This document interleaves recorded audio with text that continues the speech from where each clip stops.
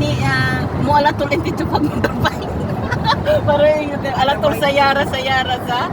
Ada wala. Oo.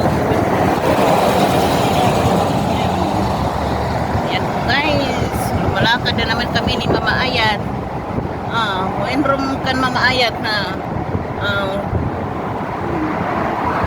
hanap tayo ng mga ano na maka ano na naman kami ngayon. Wala na ba itong asawa? Hanap kami ng BF guys. Ayan. Para sa kanya. Ayan. Sasama niya ako baka mayroon doon sa may isdaan. Oo.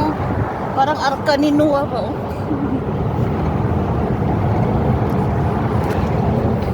Dito kami guys. Ayan.